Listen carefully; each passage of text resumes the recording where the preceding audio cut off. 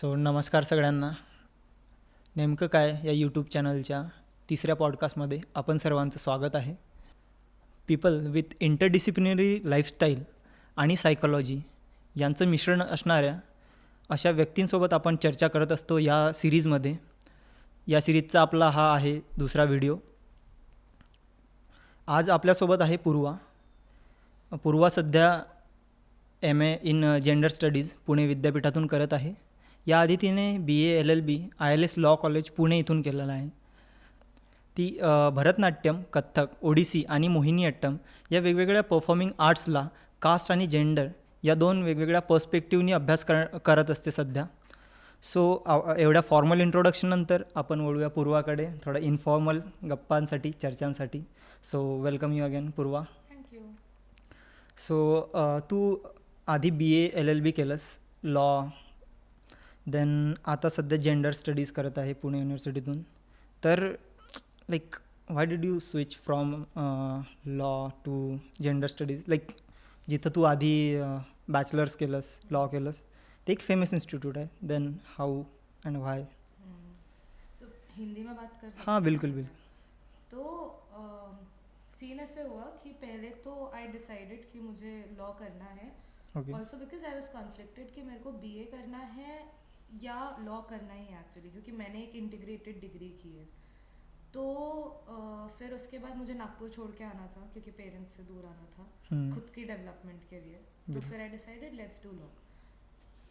Decide करने में भी I was always a rebel kind कि मतलब हर चीज़ में प्रॉब्लम है ये बच्चे को. घर में बोलती है कि भाई को क्यों ऐसे नहीं करते हो, बहन में मेरे साथ ऐसे क्यों करते हो, भाई के साथ क्यों नहीं करते, खाना बनाना क्यों नहीं सिखाया, फाइट फॉर इक्वालिटी. XYZ. हाँ, मतलब वो दिख के आता है ना तुम्हें बिल्कुल. जब तुम वो स्ट्रक्चर्स में. और मेरी अपब्रिंगिंग में मेरे पेरेंट्स ने मेरे अंदर क्रिटिकल थिंकिंग बहुत ज़्यादा डाल दी है. ओके. अब वो उनके ही अगेंस्ट टर्न हो जाता है कभी कभी. तो फिर उसके बाद मैं यही चीज़ें लेके कि क्योंकि लॉ को तुम्हें एक इनजस्टिस के लिए टूल बोल के बताया जाता है कि जस्टिस का टूल है, तो this will help the society to get justice. तो जब मैं लॉ में घुसी पढ़ने के लिए तभी भी मैं यही एक्सपेक्ट कर रही थी कि यही सिखाएंगे. ओके. बट जब तुम क्लासरूम स्ट्रक्चर्स देखते हो लॉ के और जिस तरीके से वो नॉलेज दी जाती है वो मुझे सही नहीं लग रही थी. वो थोड़ी अनसेटलिंग थी. ओह. तो फिर उसके बाद कोरोना हुआ. फिर मुझे टाइम मिला सोचने का. तो मैंने सोचा कि क्या अजीब लग रहा है. फिर आई स्टम्बल्ड. फिर मुझे रियलाइज हुआ कि लैंग्वेज नहीं है लॉ में. मतलब लॉ की लैंग्वेज है लेकिन जेंडर किस तरीके से प्ले करता है, तुम्हारे बाकी सारे जितने भी स्ट्रक्चर्स है, कास्ट है, क्लास है, ये सारी चीज़ें इंडियन सोसाइटी में किस तरीके के रोल प्ले करते हैं, ये सारी चीज़ें लॉ में नहीं सिखाया जाता. इस वजह से बहुत सारे लॉयर्स में सेंसिटाइजेशन का वो प्रोसेस ही नहीं हुआ है. ओह. तो जब तुम्हें वही सारी चीज़ें नहीं पता, जब तुम्हें ये नहीं पता कि खुद का घर कैसे चल रहा है, तो तुम उसमें क्या ही कंट्रीब्यूट कर पाओगे. तो these lawyers essentially what they are doing is कि वो बस पैसे कमाने के लिए या जो भी है, क्योंकि उनको क्लासरूम में वो सिखाया नहीं जा रहा है कि तुम जेंडर को कैसे देखोगे, तुम कास्ट को कैसे देखोगे. तो फिर वो सारी प्रॉब्लम्स थी मुझे. तो आई वांटेड टू अंडरस्टैंड कि इस लैंग्वेज को हम चेंज कैसे कर सकते हैं और एग्जैक्टली प्रॉब्लम है किधर या कहाँ कहाँ है, पंचर्स कहाँ कहाँ है. या. तो इसीलिए फिर मैं ये कोर्स में आई. एंड देन होपफुली सामने जाके I will do something that will be an amalgamation of law, gender, yeah. Probably performing arts as well. I don't know कैसे होगा बट होगा कुछ तो. बिल्कुल बिल्कुल. सो मतलब जो इंस्टीट्यूट इतना बड़ा है, लाइक वहाँ पे जाकर भी आपको ऐसा लगा कि जो चाहिए वो नहीं मिल रहा है, जो सोसाइटी के लिए अच्छा हो सकता है वो नहीं दिया जा रहा है. सो अभी आप जेंडर स्टडीज़ कर रहे हो, तो अकॉर्डिंग टू हमारे चॅनल के नाम के हिसाब से की like what is actually gender studies? Gender studies म्हणजे नेमकं काय? So how would you define it? तो देखो, जेंडर उतना ही यूनिवर्सली एग्जिस्टिंग है जिस तरीके से हवा है. मतलब बेसिकली तुम्हें जेंडर अलग से पढ़ने की ज़रूरत नहीं है. जेंडर हर चीज़ में ऑलरेडी है. या. लेकिन क्योंकि ये पूरा नॉलेज प्रोडक्शन, ये पूरा system is built through a man's perspective, तो उसमें औरतें क्या कर रही थी वो हमें पता नहीं चलता है. क्योंकि वो नैरेटिव कभी सामने नहीं आता है. तो जब हम जेंडर स्टडीज़ पढ़ते हैं तो what we essentially it's an interdisciplinary course, Yeah. Right? तो what we essentially do is कि हम पीछे जाते हैं इन एवरी डिसिप्लिन. जैसे फॉर इंस्टेंस हिस्ट्री ले लिया हमने. Okay. अब हम जब हिस्ट्री के बारे में देखते हैं तो हमें हिस्ट्री में पढ़ाते भी क्या है? हमें पढ़ाते हैं वॉर्स के बारे में, पॉलिटिक्स के बारे में, इकोनॉमी के बारे Yeah. में. लेकिन अब जब हम पढ़ रहे हैं तो वी स्टडी कि वहाँ पे औरतें क्या कर रही थी उस टाइम पे. अगर मर्द फाइट करने जा रहा था, वॉर करने जा रहा था, तो उस टाइम पे औरत क्या कर रही थी. Oh. बहुत सारे मेमोइर्स हैं, बहुत सारे डायरी एंट्रीज, राइटिंग्स ऐसे आर्काइव्स में मिलेंगे जिनसे हमें पता चलता है कि उस टाइम पे औरतें कर क्या रही थी एग्जैक्टली. और जब हम वो जानते हैं तो हमें पता चलता है कि फिर उनका कंट्रीब्यूशन कैसे हुआ. जैसे एंटी कास्ट मूवमेंट के डेवलपमेंट में हम मुक्ता साळवे को बात करना क्यों भूल जाते हैं, Yeah. है ना? हम अंबेडकर की बात करते हैं, हम फूले की बात करते हैं, mostly we are talking about man, Men. But हम सावित्री को भूल जाते हैं, हम बिल्कुल. फातिमा को भूल जाते हैं. Hmm. कौन इनके नारे देता है या कौन इनको क्लेम करता है वो भी काफ़ी पेट्रियार्कल है, जिसके बारे में हम आराम से कभी बात कर सकते Yeah, हैं. बिल्कुल लेकिन बिल्कुल. इस तरीके से हमारा डिपार्टमेंट मतलब हमारे जो भी हम जो भी पढ़ रहे हैं इस तरीके से अप्रोच करते हैं कि हर डिसिप्लिन में जाके यू सी कि gender, not just gender but gender, caste, sexuality, ये सारी चीज़ें कैसे रोल प्ले करती है in forming of the structures and in forming of the history and knowledge. Okay. Like multidisciplinarities होता है इन सब्जेक्ट्स के बीच में, तो ये काफ़ी अच्छा लगता है. शायद मुझे भी कभी एक इसके बारे में पढ़ना चाहिए डीप में. So how do define the like एक जेंडर्स के बीच में हम हायरार्की देखते हैं, तो as a gender studies student आप कैसे इसको डिफाइन करते हैं, like building of the hierarchy in gender? तो मतलब इतना डिफिकल्ट नहीं हो जाता है इस हायरार्की को देखना और रिकग्नाइज कर पाना. मतलब कोई भी इंसान आके ये नहीं बोल सकता आज के टाइम में कि मर्द और औरत सेम है, या आजकल तो वो जेंडर डिस्क्रिमिनेशन होता नहीं है, वो हायरार्की नहीं है, या whatever. That is complete BS. तो जब तुम हायरार्की की बात करते हो, अभी मैंने नॉलेज प्रोडक्शन की बात की, अभी बिल्कुल. देखा तो हमें दिखता है कि जो सिस हेट आदमी लोग हैं, या which means that they were born as a man, they identify as a man, they are also heterosexuals. तो सारा जो पावर का कंसंट्रेशन है अपर कास्ट सेट में इन इंडियन कॉन्टेक्स्ट, तो ये जो सारा जो पावर का कंसंट्रेशन है वो उनके पास है. ओके. तो वो सबसे ऊपर हो गए क्योंकि कंसंट्रेशन उनके पास है. फिर उसके बाद ऐसे करते करते हमें दिखता है कि हम मर्द और औरत की बात करते हैं लेकिन हम थर्ड जेंडर को हमेशा थर्ड जेंडर बोलते हैं.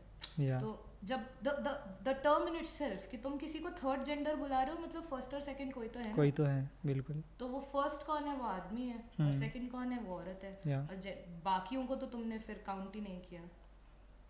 तो ऐसे हायरार्की तो वो काफ़ी ऑब्वियस हायरार्की है अगर हम वैसे देखा जाए तो. सो लाइक एक ऐसा भी पर्सपेक्टिव होता है क्या, लाइक कि ये सवाल था मेरे मन में कि हाउ लाइक ये कैसे बनी होगी hierarchy pre historic time period से, जब केव्स में रहते थे, जब ऐसे स्ट्रक्चर्ड सोसाइटी नहीं थी, जैसे कि main was the bread winner. So do you think that was the real thing behind this structure? नहीं, मुझे नहीं लगता है सच में. मतलब इतना आसान नहीं है. ओके. क्योंकि अभी का नैरेटिव तुम देखोगे तो अभी बहुत सारे लोग ये बोलते हैं कि औरत और मर्दों में बायोलॉजिकली डिफरेंस है, बायोलॉजिकल डिफरेंस है. और बहुत सारे लोग मतलब ऐसे किसकी बात करते हैं, वो पार की बात करते हैं कि हमारे फिजिकल स्ट्रेंथ में डिफरेंस है. Why I don't think that is true is because Bhimbetka caves है, ठीक है? बिल्कुल. वहाँ पे जो पेंटिंग्स है, स्कल्पचर्स है, तो उसके थ्रू हिस्टोरियंस ने ही ये फिगर आउट किया है या ये बोला है कि वहाँ पे औरतों की ऐसी पेंटिंग्स है जहाँ से पता चलता है कि वो हंटर और गैदरर्स दोनों थे. ओह, राइट. ग्रेट. तो जब हम वो देखते हैं तो फिर हम कैसे, और ये कंक्लूजन पे हम कैसे पहुँच गए कि आदमी ब्रेड विनर है? कुछ तो हुआ ना बीच में जिसकी वजह से हम पहुँचे. जितनी मेरी अंडरस्टैंडिंग है और जितने भी नॉलेज से मैं आ रही हूँ, अगर एक बार में थोड़ा ब्रीफ में बताना पड़े तो मुझे लगता है कि जब हम लोग बहुत ज़्यादा नोमैडिक्स थे, right, we were moving, Yeah. Constantly moving, बिल्कुल. देन वी स्टार्टेड सेटलिंग, ठीक है, Everyone was nomadic. या everyone was nomadic, then Yeah. We started settling in Yeah. Colonies. वहाँ पे फिर एक कॉन्सेप्ट आया सरप्लस का, राइट, तो जो भी प्रोड्यूस हो रहा है वो सरप्लस में क्यों हो रहा है, ताकि तुम एक्सचेंज कर पाओ एक दूसरे के साथ चीज़ें, and as a colony you are still, as a society तुम फिर भी वहाँ पे हो, Yeah. ठीक है, तुम्हें घूमने की ज़रूरत नहीं पड़ रही है. हाँ. फिर धीरे धीरे करके तुम्हारा प्रॉपर्टी का कॉन्सेप्ट आया हम्म. कि अब ये जगह तो मैंने ले ली है, बिकॉज उसके पहले क्या हो रहा था, women were allowed to have free sex. allowed क्या, women were having free sex and Okay. everybody was having free sex. Yeah. तो Open society kind of. Open society, हाँ, मतलब सेक्स ऐसा टैबू नहीं था, Yeah. It was more for pleasure, Yeah. और through heterosexual sex, through penovaginal intercourse you reproduce, Yeah. Right.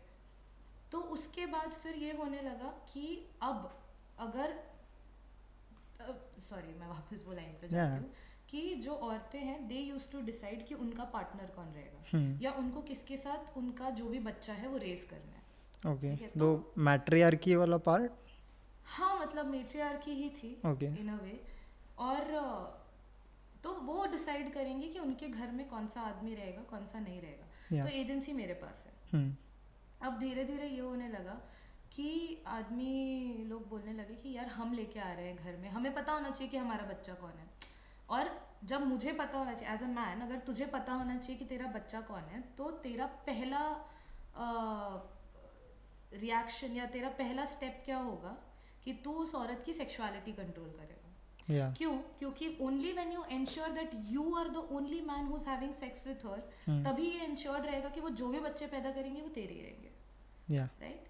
और by this time ये develop हो चुका था कि property as a concept was develop. अब तूने इतना प्रॉपर्टी जमा कर लिया, तू प्रोडक्शन सरप्लस में कर रहा है, बिल्कुल. अभी दोगे किसको?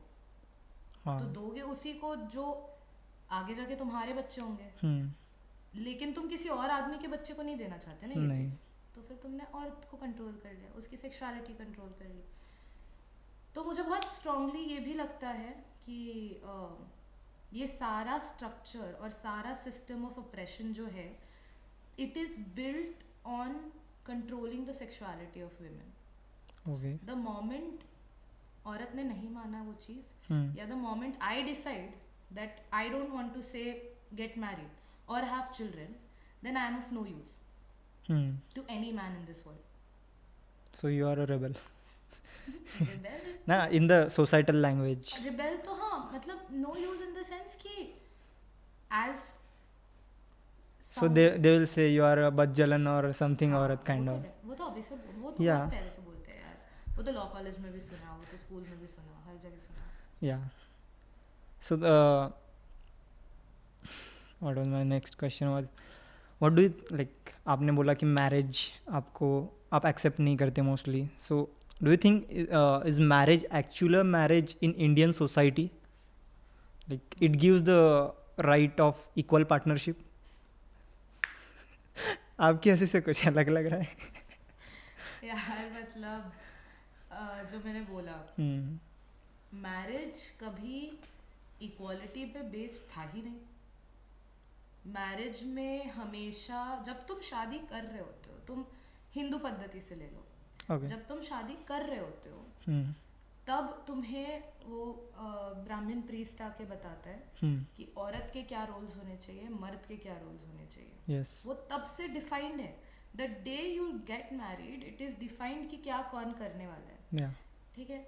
उसी तो जब एक स्ट्रक्चर है जो है सेक्सुअल डिवीजन ऑफ लेबर पे बेस्ड, जो रिप्रोड्यूस करता है थ्रू वुमेन हम्म. और उनके ऑपरेशन पे फंक्शन करता है, उनके ऑपरेशन पे, तो ऐसा एक स्ट्रक्चर कैसे इक्वालिटी पे बेस्ड होगा? अगर तुम्हें सिर्फ पार्टनरशिप ही करनी है तो it makes zero sense to me कि आज मैं बोल रही हूँ कि मुझे पार्टनरशिप करनी है तो मैं शादी कर लेती हूँ, बिकॉज शादी kind of gives a sense of security for me. लेकिन अगर मुझे सिर्फ पार्टनरशिप करनी है with not accepting all these hierarchical structures, तो मैं सीधा रह लूँगी ना लिव इन में किसी के साथ, बिल्कुल। क्यों नहीं रह सकती मैं? क्योंकि स्टेट उस चीज़ को सैंक्शन ही नहीं करता। स्टेट भी चाहता है कि जो शादी के थ्रू ये सेक्सुअल डिवीजन ऑफ लेबर है वो चलते रहे, क्योंकि उसी के थ्रू स्टेट भी अपना फंक्शनिंग और अपना पावर मेंटेन कर सकता है।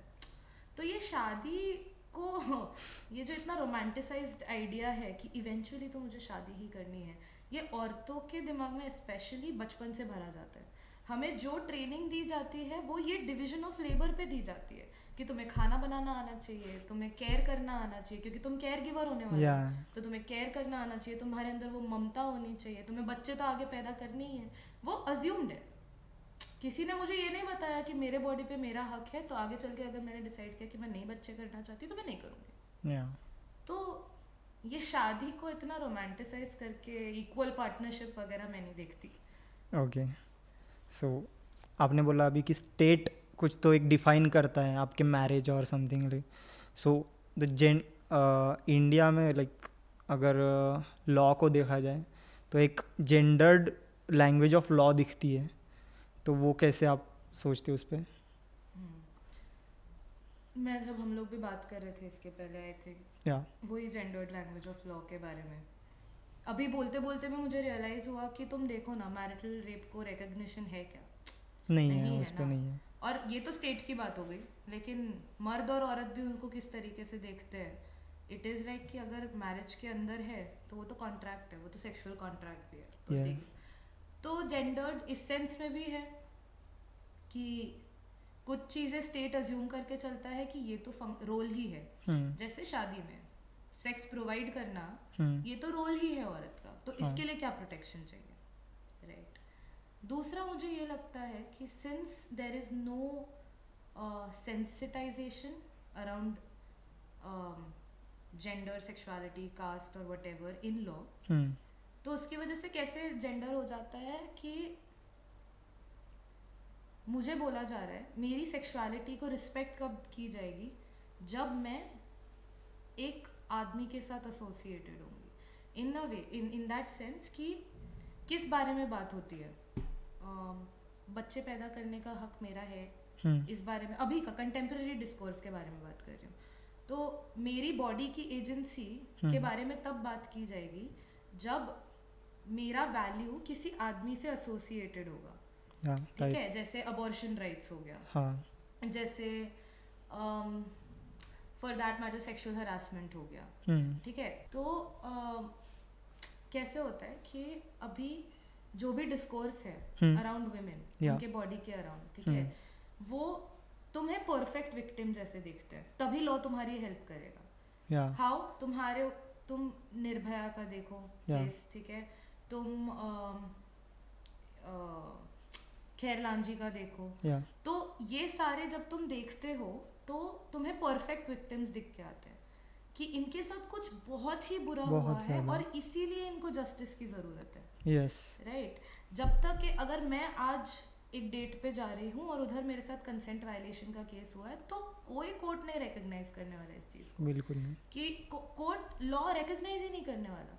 तो मेरी सेक्सुअलिटी को तब रिस्पेक्ट किया जाएगा जब वो बहुत ज़्यादा एक्सटेंट पे वायलेट हो जाएगी, ठीक है? जिस तरीके से, और मुझे ये कभी लॉ ने नहीं बताया कि मैं सेक्सुअली एक्सप्लोर कर सकती हूँ। मुझे ये मेरे वो सेक्सुअलिटी को या वो सेक्सुअल एक्सप्लोरेशन को लॉ प्रोटेक्शन नहीं दे रहा है। ओके, समझ रहे हैं? मतलब like we see like India में उतना ज़्यादा अगर जेंडर के बारे में बात की जाए या फिर सिक्योरिटी के, आपने बताया कि मैरिज, आफ्टर मैरिज जो रेप के केसेस होते हैं उसको बिल्कुल वैल्यू नहीं दी जाती। तो वही है कि व्हाट आई फील कि उसको एक ब्लैक एंड वाइट में देखा जाता है। Am I right? या मतलब तो लॉ को जब हम देखते हैं तो लॉ को हम सिर्फ कॉन्स्टिट्यूशनल लैंग्वेज में नहीं देख सकते, क्योंकि कॉन्स्टिट्यूशन के अकॉर्डिंग तो मेरे पास राइट टू लाइफ है और मेरे पास right to freedom of movement है, एक्सप्रेशन है, तो मुझे जो बोलना है, जो करना है, मैं कर सकती हूँ। लेकिन अल्टीमेट, और सिर्फ हम ये जुडिशियल एस्पेक्ट में बात कर रहे हैं इसको, लेकिन जब मैं कोर्ट के पास जाऊंगी तो क्या कोर्ट मेरा वो राइट रिकग्नाइज करेगा? कोर्ट मेरा वो राइट तब तक रिकग्नाइज करेगा, अगेन जैसे मैं बोल रही हूँ, जब तक कि मैं एक परफेक्ट विक्टिम नहीं हूँ, जब तक कि मेरे साथ कुछ इतना बुरा नहीं हो जाए कि अब उसको रिकग्नाइज करना ही पड़ेगा, क्योंकि अब तो दिख के आ रहा है कि बुरा हुआ। हाँ वो छोटे छोटे जो स्ट्रक्चर्स में मेरे साथ ऑपरेशन हो रहा है उसको कभी रिकग्नाइज नहीं किया जाएगा। कॉन्स्टिट्यूशनली किया गया है ऑलरेडी, लेकिन जुडिशियली नहीं किया जाएगा। ओके। सो ये मतलब ऐसे क्लियर दिखे तभी हम मानेंगे। तो कुछ छोटी चीज़ें हो तो वो तो संभाल लो तुम अपने आप से, जैसे कोई इसमें कोई स्टेट का रोल नहीं, ऐसे कर हाँ, देंगे। जैसे अगर if someone is practising sex work, hmm, वो जाके बोलते हैं कि मेरे साथ कंसेंट, उसका कंसेंट किसने कभी पूछा? तो अगर वो कोर्ट के पास जाते, उसके पास भी है फ्रीडम ऑफ एक्सप्रेशन, या बिल्कुल। उसके पास भी सारे राइट्स है। तो वो इंसान जब जा रहे हैं कोर्ट के पास ये बोल के कि कंसेंट वायलेशन है, what do you think the court will do? What do you think the society will think? Consent की ऑटोनॉमी और एजेंसी उसके पास है ही नहीं, या उसकी बॉडी उसकी खुद की है ही नहीं। तो फिर लॉ ने क्या प्रोटेक्शन दिया? तो किस टाइप के सिटीजन्स को और किस टाइप की औरतों को ये प्रोटेक्शन मिल रहा है, वो भी सोचना इम्पोर्टेंट है। बिल्कुल। सो ये लाइक इनइक्वालिटी हमें ऐसे डायरेक्ट दिखाई देती है यहाँ पे। सो मेरा एक सवाल था कि एक जनरल आर्गुमेंट है कि वी कैन और we should counter this system of inequality with equality. Do you think it would be work or something it is right? तो मतलब हम एक ऑल्टरनेट स्ट्रक्चर इक्वालिटी में देख सकते हैं। कैन इक्वालिटी वर्क और वी अगेन नीड दैट मैट्रियार्की वाला सब? आइडियली आई फील कि हम इक्वालिटी की तरफ जाने चाहिए, बिकॉज तब सबका एक इक्वल से होगा। और जब मैं इक्वालिटी बोल रही हूँ, मतलब मैं ये बोल रही हूँ कि डिसेंट्रलाइजेशन ऑफ पावर। तो जब इक्वालिटी होगी तो सबके पास वो पावर होगी। बिल्कुल लेकिन ये बहुत ही ज्यादा एक आइडल कंसेप्ट है, ये बिल्कुल। कभी इमेजिनरी होगा वर्ल्ड। ऐसे मैं सोच भी नहीं सकती। एटलीस्ट मेरे लाइफ टाइम में तो नहीं ही होगा, ये तो मुझे पता ही है। और लेकिन हम ट्राई कर सकते हैं as a society to get closer to that concept, to get closer to that idea of equality, right. लेकिन हम मतलब वो तभी आएगा जब हम सारे एस्पेक्ट्स को लेके, जब हम एक्चुअली इंटरडिसिप्लिनरीली सोच पाएंगे, इंटरसेक्शनली सोच पाएंगे।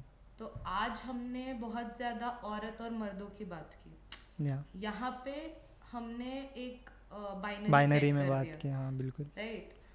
तो मतलब हम अपने सोसाइटी और स्टेट में सिर्फ ये 2 जेंडर्स ही लेके चल रहे हैं, और बहुत सारे जेंडर्स हैं। हाँ बिल्कुल। राइट। तो जब हम ये सारी चीज़ें समझने लगेंगे एज अ सोसाइटी, जब हम उसके लिए आगे जाने लगेंगे, तब जाके थोड़ा पता नहीं थोड़ा इक्वल हो सकता है।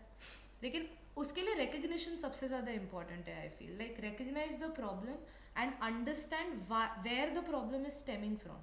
वो जब तुम रूट पे चले जाते हो तब तुमको रियलाइज होता है कि ठीक है, फिर अभी ये कोर चीज़ है, इस पे काम करना है। तो वो होगा तो शायद हो सकता है, बट मैं इतनी होपफुल नहीं हूँ एज अ होना तो चाहिए वैसे अभी। हाँ मतलब देखते जिसको होना है वो हो ही सकता है। आपने बोला था कि कुछ टाइम पहले आप थेरेपी ले रहे थे, और जो थेरेपिस्ट थे आपको कुछ पर्सनल प्रॉब्लम्स थी, कुछ थॉट्स थे कास्ट की वजह से थोड़ा प्रॉब्लम आया था, and the therapist directly denied the caste system it exist its existence. No I was saying कि ऐसा होता है। ओके। बिकॉज साइकोलॉजी में जितने हम क्रिटिसिज्म्स देखते हैं, हम देखते हैं कि there is no talk around caste as a structural operation का टूल। ओके। राइट। तो I was saying in that sense कि मैं अगर एक मार्जिनलाइज्ड कम्युनिटी से आ रही हूँ, एक बैकवर्ड कास्ट से आ रही, एक सो कॉल्ड बैकवर्ड कास्ट से आ रही हूँ, तो अगर मैं मेरे थेरेपिस्ट को जाके ये बताती हूँ कि यार मैंने कास्ट डिस्क्रिमिनेशन फेस किया है, और मेरी थेरेपिस्ट क्योंकि उसने कभी वो चीज़ पढ़ी ही नहीं, तो मेरे थेरेपिस्ट अगर मुझे ये बोलते हैं कि कास्ट तो एग्जिस्ट ही नहीं करता, तो मेरा पूरा लिव्ड एक्सपीरियंस तो इनवैलिडेट कर दिया तुमने। राइट। तो अब जब तुम्हें ऐसा लगता ही नहीं है कि मैं जो बोल रही हूँ वो सच है, तो मेरे पास तुमने एक थेरेपी का वो ऑप्शन छीन लिया मुझसे। बिल्कुल। और मेंटल हेल्थ की लैंग्वेज भी छीन ली, क्योंकि अब मैं ये सोच रही हूँ कि कास्ट तो एग्जिस्ट ही नहीं करता, मैं तो मेरे दिमाग में ही सोच रही थी चीज। हो. तो मेरा लिव्ड एक्सपीरियंस इनवैलिडेट होता है just because psychology as a discipline doesn't have my language. Okay. तो इसलिए मैं रिलेट ही नहीं कर सकती उस चीज़ के साथ. तो तुम जब मेंटल हेल्थ की बात करते हो, जैसे हम भी बात कर रहे थे कि काफ़ी यूरोपियन आइडिया लेके चल रहा है हमारा डिसिप्लिन. मतलब हम इट्स जब एक्चुअली यूरोप में स्टार्ट हुआ, फिर वैसे ही लेके इधर या एग्जैक्टली तो तो वो कॉपी पेस्ट कर कॉपी दिया ना पेस्ट वो कर structure, दिया. right. या तो वो तो फेमिनिज्म के साथ भी है कि कॉपी हाँ. पेस्ट कर दिया तुमने. ये सारे स्ट्रक्चर्स काफी यूरोसेंट्रिक आइडियाज है. और जब हमने कॉपी पेस्ट कर दिया तो फिर अब तुम जब थेरेपी की भी बात करते हो तो तुम एक सर्टेन काइंड ऑफ पीपल की बात कर रहे हो. वहाँ पे अगर मैं फिट इन नहीं करती तो मैं नहीं एक्सेस कर सकती उस चीज़ को. मेरे साथ if you want to know personally therapy के बारे में क्या हुआ है, काफ़ी बकवास थेरेपिस्ट थी वो तो. मतलब it is also very important to find the right therapist. या और फिर वो राइट थेरेपिस्ट को पैसा देने के लिए पैसा कहाँ है यार सबके पास. कितनी महंगी फील्ड है साइकोलॉजी मतलब थेरेपी के. How do I access as a student या जो बहुत ज़्यादा बर्डन फेस कर रहे हैं, वो कैसे एक्सेस करेंगे उस चीज़ को. एक यूनिवर्सिटी में हेल्थ सेंटर है वहाँ पे.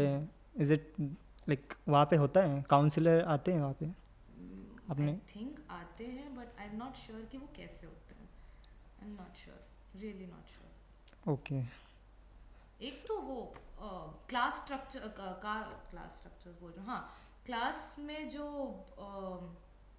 जिस तरीके से क्लास फॉर्म हुआ है, जिस तरीके से पूरा एजुकेशन सिस्टम फॉर्म हुआ है, वो ही तुम्हारे मेंटल इलनेसेस को समझ नहीं पाता. मेंटल इलनेसेस भी सो कॉल्ड है कि every child acts very differently. Right. मेरा फंक्शनिंग ऐसा हो सकता है कि मेरे को मैं उतने जल्दी काम नहीं कर सकती जितने जल्दी बाकी सारे लोग काम करते हैं. तो एज क्लास का स्ट्रक्चर हमारा डिसिप्लिन भी, हमारे जो इतने इंटरडिसिप्लिनरी डिसिप्लिन्स हैं वो रिकग्नाइज कर रहे हैं क्या कि उनके स्ट्रक्चर में प्रॉब्लम है. या इट्स लाइक ये वैसे हो जाता है कि तुम साइकोलॉजी की क्लास में बैठ के पढ़ रहे हो कि अटेंशन स्पैन 45 मिनट्स है और ये साइकोलॉजी का लेक्चर ही 1.5 घंटा चल रहा है. तो एग्जैक्टली वही ना, बस थ्योरेटिकल चल रहा है. Exactly how stupid is that. या मतलब तुम स्ट्रक्चर्स के बारे में बात करते हो, तुम सबके बारे में बात करते हो, लेकिन अल्टीमेटली देना तो मुझे एग्जाम ही है ना, ये बताने के लिए बस. कि मैं क्वालिफाइड हूँ. या अल्टीमेटली मार्क्स ही प्रूव करेंगे कि मैं बेटर हूँ जेंडर स्टडीज में या नहीं. या वही तो. जबकि हम ये पढ़ते हैं कि सबके इंटरप्रिटेशंस वैल्यू करते हैं, सबके इंटरप्रिटेशंस अलग. And that's the major point of humanity. Exactly.